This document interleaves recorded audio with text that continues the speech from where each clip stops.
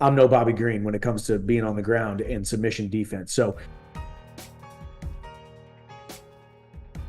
What's up, everyone? Shaquille Mahjoudi here for CBS Sports, and you know who this is. He is the UFC's number 7 ranked lightweight contender, fighting Paddy Pimblett in the co-main event of UFC 314 on April 12th. Nice enough to work with me through all of my tech issues. Michael Chandler, looking great. Dude, nice HD footage, well framed. Thank you for this. It's so nice to not see a fighter shirtless in their car.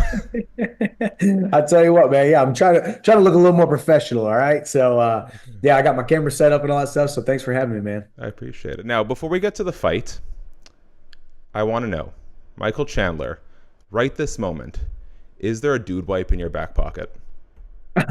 There's not actually, but because I'm wearing my sweatpants in my house, but I have a pack of dude wipes in all of my toilets here at the house, which is really funny. By the way, that is not an endorsement. I'm just a guy. I got to have a dude wipe, man.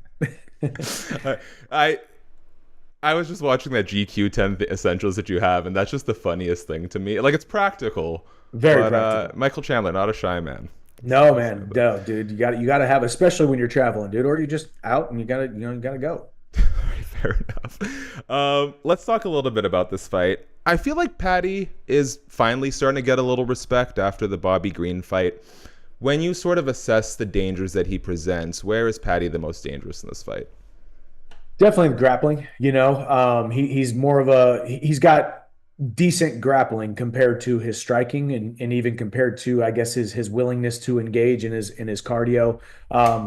Obviously, the way he finished Bobby Green, that was great. Bobby Green isn't necessarily known as a great grappler, so obviously he made a big mistake. I just went 25 minutes with the world's history's UFC's greatest grappler of all time. So I'm not going to say I'm not worried about getting submitted, but I am going to say that I'm no Bobby Green when it comes to being on the ground and submission defense. So he has continued to gain more steam and gain more credibility because he's fighting tougher and tougher competition. I feel like his skills are finally catching up with his brand, and the UFC fans are starting to embrace him more. That's why this fight is exciting. People will tune in, and those are the kind of fights I like to be a part of. Sorry to be a little bit of a downer so soon into this, but you're a thoughtful guy, so I'm not too worried about it. You mentioned how, similar to the Dustin Poirier fight with Benoit Saint-Denis, you are fighting someone lower ranked, but look at what that win got Dustin, right? A fight with Islam Makhachev. This is your lowest ranked opponent in the UFC. You've basically been fighting the top guys since the moment you got here. What happens if Michael Chandler loses? The sun really does come up the next day and we continue to trot on, man. That's really all it is. I mean, we're braving the unknown every single time we fight. It doesn't matter if Paddy Pimblett or anybody is sick as a dog, had a horrible training camp, doesn't believe in themselves. You still have a chance to lose, man. That's why people tune in. That's why people buy the tickets to the Kaseya Center at UFC 314 on April 12th. Even if you're 1,001 underdog or 1,001 favorite, anybody can win, anybody can lose at any given time. That's why people love the UFC. So the sun really will go down that day, and it will really come up the next morning. And my God still loves me, my family still loves me, and I still love me. Life is still good. I am in a place where I have created and amassed a life that the younger me would have never thought was possible. So I'm not really worried about it. If I win, that's awesome. If I lose, no big deal. We keep moving forward. I like to hear that. Speaking of Dustin Poirier, I've been asking a lot of his opponents this question and teammates as well. It sounds like he'll be announcing his retirement fight somewhat soon. What is Dustin Poirier's legacy as a fighter, in Michael Chandler's opinion? Man, he's an absolute legend, man. He's a guy who really grew up inside of the UFC, a guy who has earned his stripes, his hashtag paid in full. He really has paid in full for everything that he's accomplished, everything that he's done, the wins that he has had, the losses that he has taken, and the way that he came back from those losses, fighting for the title numerous times. If you're not a Dustin Poirier fan, inside of the octagon, I think there's a decent amount of people who don't like the way that he talks, or even the way he talks trash about people or how he gets salty about things outside of the octagon. But inside of the confines of competition, when that cage door closes, you should buy the pay-per-view when Dustin Poirier is on the card, because he's an entertaining fighter. I think that's his legacy. And it'll be tough to watch, for all the fans to watch him lay the gloves down in New Orleans. Hopefully he can make that happen this summer, and I'll be there most likely. Very quickly, can you tell me about the songwriting credit that you have on country musician Red Farron's new album? Yeah, dude. Some City Somewhere. His new EP just dropped today, and I am a songwriter on the song, the title track, Some City Somewhere. He's a friend of mine. We were talking actually at the barbershop.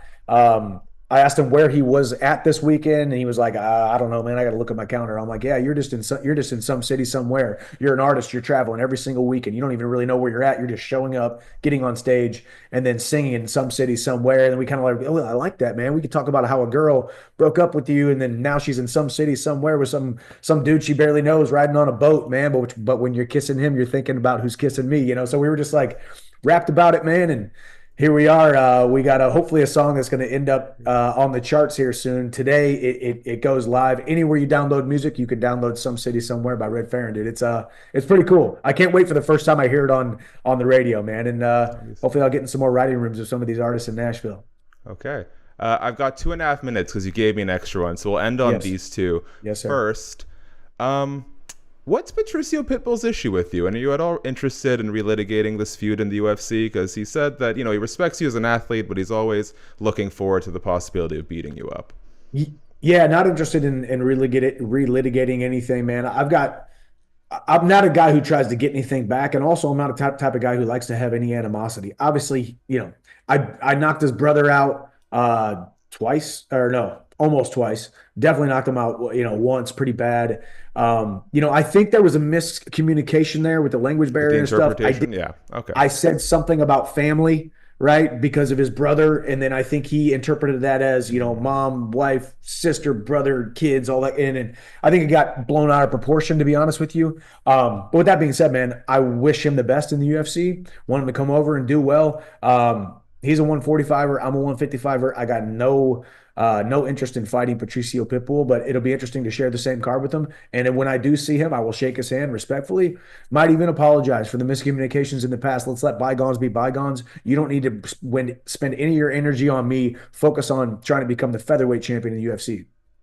Last one for you, Michael. Speaking of the featherweight champ, Ilia Topuria, an exciting new addition to the lightweight class.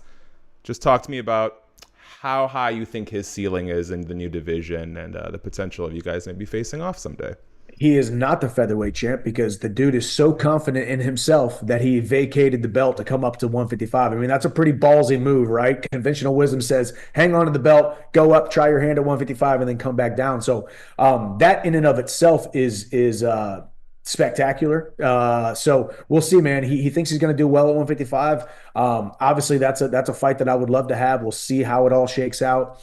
Who he fights first in the division. Does he fight Islam for the title? Does Islam go up? There's rumors of that going on. There's a lot of stuff happening at this 45, 55, 170. I think three of the most exciting divisions in the UFC, 155 being the most exciting division. I'm extremely ecstatic that I am a part of the lightweight division because we always bring it, man. And I have fought the who's who, fight of the year, fight of the night, KO of the year after performance bonus. So I'm excited to have him join, have Max join. It's a murderer's row. It was already a murderer's row before they came in, and now here we are with an even tougher division. So I'll focus on Paddy Pimblett. I'm going to do my job April 12th, and then we'll see. All I know is the summer's going to be lit.